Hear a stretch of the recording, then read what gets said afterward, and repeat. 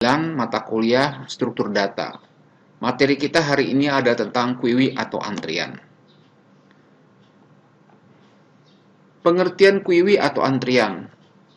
Struktur data antrian atau query adalah suatu bentuk khusus dari list linear dengan operasi pemasukan data hanya diperbolehkan pada salah satu sisi yang disebut sisi belakang atau ekor atau tail, dan operasi penghapusan hanya diperbolehkan pada sisi lainnya yang disebut sisi depan atau kepala head dari linked list. Prinsip antrian FIFO, first in first out. Kemudian ada FCFS, first come first serve. Yang tiba lebih awal maka akan dilayani terlebih dahulu. Kemudian kita lihat yang di slide berikutnya, yaitu slide ketiga. Deklarasi query, kita lihat di sini ada define max, berarti dia ada 8 tempat yang disediakan, yaitu dari 0, 1, 2, 3, 4, 5, 6, 7. Ini maksimal ada 8 nanti data. Dengan secara struct-nya, secara C++-nya dibuat tfdev struct, ya kan, int data max, int head, dan int tail, ya. Kemudian query. Head-nya, kalau misalnya dia itu masih kosong, berarti head dan tail-nya sama dengan -1. Ya. Kemudian kita lihat yang berikutnya. Nah, ini ada operasi-operasi yang berlaku pada antrian. Yang pertama adalah create. Create itu untuk menciptakan dan menginisialisasi query dengan cara membuat head dan tail-nya sama dengan -1. Yang kedua ada isEmpty untuk memeriksa apakah query itu dalam keadaan kosong. IsFull untuk memeriksa apakah query sudah penuh.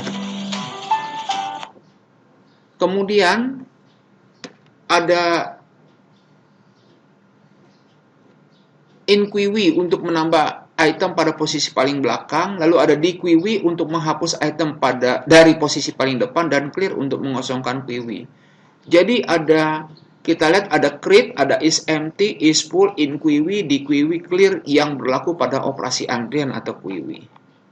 Fungsi create itu digunakan untuk membentuk dan menunjukkan awal terbentuknya suatu antrian atau query.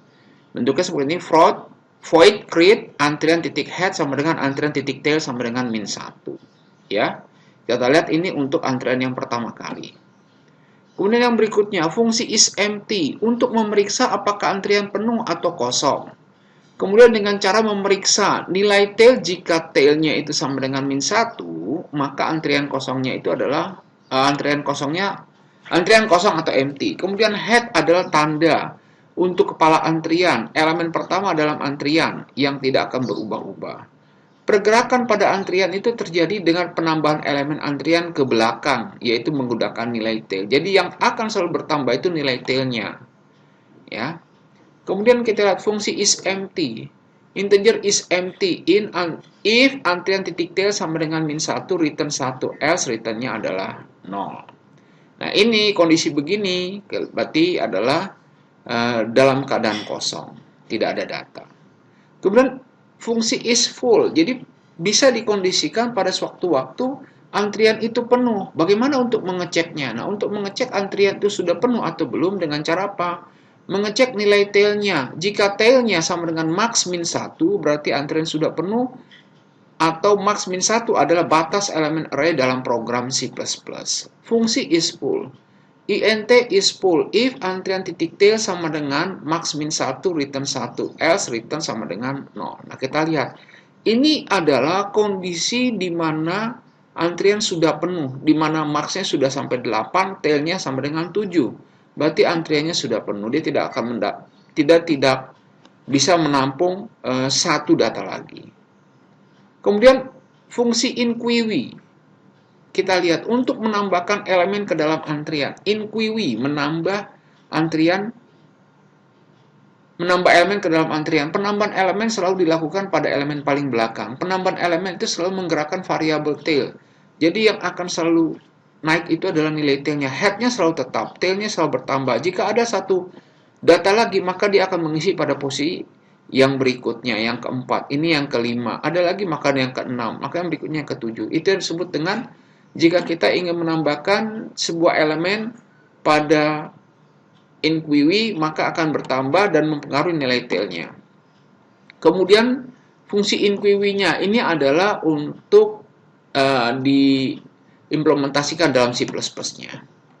Kemudian fungsi dequery digunakan untuk menghapus, ya, menghapus terdepan head dari antrian. Artinya dia sudah dilayani seperti itu. Kalau di dalam antrian, kalau di dalam SPBU kan gitu. Kalau dia sudah selesai, kena terus maka dia akan pergi. Maka dia sudah tidak dilayani lagi, maka otomatis terhapus.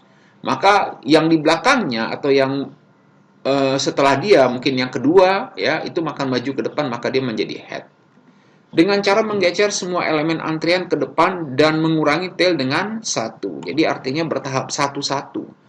Itu mengurangi dengan satu, menambah juga dengan satu. Pergeseran dilakukan dengan menggunakan looping. Fungsi dequery kita lihat head sama dengan 0, tail sama dengan 3. Dequery mengurangi 1. Kita lihat. Kalau dequery lagi maka kita posisinya akan berubah, ya, tailnya menjadi 1. Fungsi clear untuk menghapus elemen-elemen antrian dengan cara membuat tail dan head sama dengan -1. Penghapusan elemen-elemen antrian sebenarnya tidak menghapus array-nya, namun hanya mengeset indeks pengaksesannya ke nilai -1 sehingga elemen-elemen antrian tidak lagi terbaca, sehingga mengembalikan antrian seperti keadaan semula. Fungsi clear, kita lihat antrian setelah dilakukan clear, head tail sama dengan -1, antrian karena tail sama dengan kosong. Ini clear itu adalah membersihkan prosesnya. Nah, di sini ada latihan yang nanti harus dikerjakan, ya. Berikan gambaran ilustrasi dari kasus antrian berikut. Nah, ini selain ini yang Anda kerjakan, nanti ada yang berikutnya yang mungkin Anda kerjakan. Ini akan saya jelaskan dengan menggunakan C++. Kita lihat, diketahui suatu antrian dengan max-nya ada 6, ya, perantian ada 6, lalu dilakukan enquiry sebanyak 4 elemen. Berarti akan kita tambahkan hanya 4 elemen, misalnya 5, 10, 15, dan 20. Kita lihat bagaimana nanti posisi head dan tailnya. Kemudian dilakukan dequery, maka dikeluarkan, di-delete, dihapus 2 elemen. Bagaimana posisi head dan tailnya. Nah, dari keadaan di atas bagaimana kondisi is full dan is empty-nya. Baik, sampai di sini kita masuk pada contoh yang ada pada program query-nya. Oke, sebentar saya masuk dulu.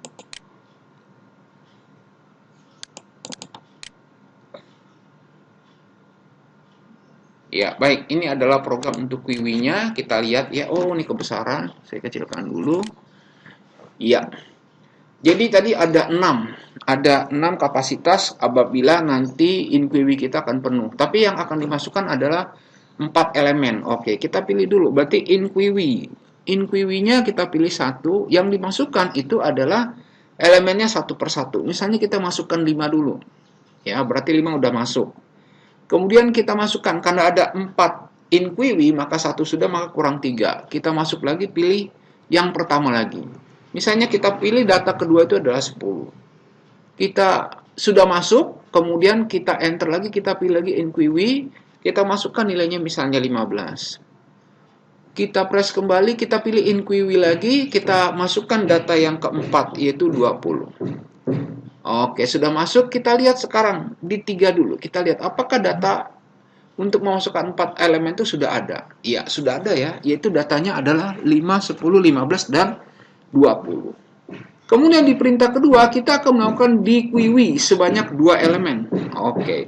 Anda hanya memilih 2 saja. Kemudian nanti otomatis yang terdepan, yaitu berarti yang 5, otomatis akan di-delete, akan dihapus. Artinya layanan untuk yang pertama, data yang 5 tadi sudah selesai, kita lihat. Nah, data yang keluar ada 5, karena 5 itu berada pada posisi head. Ya. Kalau kita lihat sekarang di 3, maka posisinya akan berubah. Yang ada tinggal 10, 15, dan 20. Kemudian kita melakukan dequery kembali. Nah, berarti yang keluar sekarang berapa? Adalah 10. Ya, karena posisi 10 ada pada head. Berarti kalau pada saat dilakukan dequery, maka 10 akan keluar. Maka sekarang kita lihat dulu pada tampilan ada berapa data lagi. Oh, sekarang datanya adalah 15 dan 20. Maka kita bisa tahu berarti posisi head dan tailnya ada di mana sekarang. Nah, kita bisa tahu. Lalu bagaimana untuk melakukan is full dan is empty. Nah, silakan Anda lakukan. Berarti kalau untuk is full, berarti ketika dia itu harus dalam kondisi maksimal, kondisi antrian itu dalam keadaan penuh. Berarti kalau ada 6 antrian baru terisi 2, berarti ada diisi 4 lagi elemen yang harus dimasukkan ke sana, maka kondisi akan full. Kemudian kalau untuk di QW, maka posisinya is empty, maka kondisi harus dalam keadaan kosong. Nah, sekarang ada 2 data, maka untuk mengosongkannya maka 2 data ini harus dilakukan di QW. Ya, 2 data ini maka kondisi akan kosong. Oke, itu saja penjelasan dari materi ini. Cukup singkat, cukup padat, ya, karena memang sebetulnya metode antrian sangat mudah, sudah sering kita lakukan dalam kehidupan kita sehari-hari. Oke, itu aja. Kemudian ada materi yang saya tambahkan di Classroom, silakan dilihat materi tersebut, semoga itu bisa menambah pembelajaran pengetahuan Anda tentang antrian. Kalau tidak ada yang mau ditanyakan atau yang memang mau ditanyakan, silakan ditanyakan di grup kita. Oke, terima kasih. Selamat siang semua rekan-rekan.